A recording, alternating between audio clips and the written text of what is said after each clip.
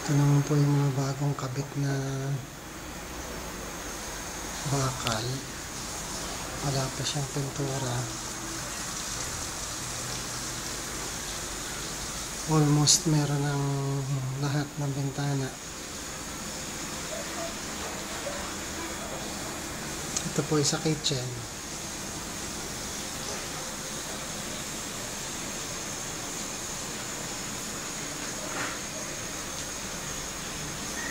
Tapos meron na rin dito grills. At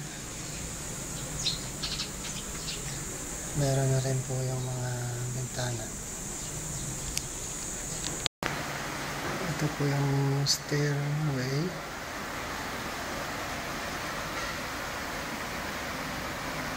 Ito yung loob ng bahay niya.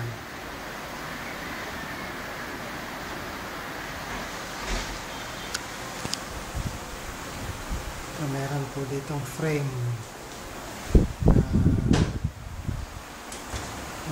kay Jesus.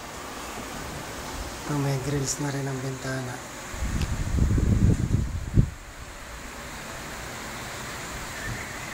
Tapos ito pa ibang frames. Yung clock na yung pinadala. Medyo nag-match naman sa brown na ceiling.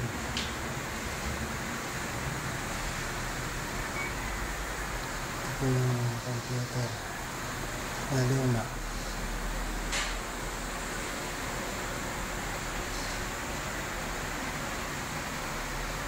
Hindi lang jar.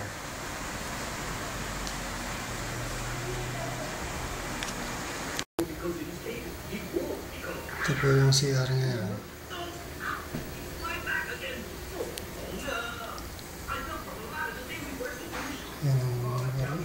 Lalagyan dito ng drawer po. May mga saksakan yan. 110 na 220. Malinis po yan. Hindi pa lang mga drawer ni May. Mga damit. Ito yung sa inyong mga soap dish.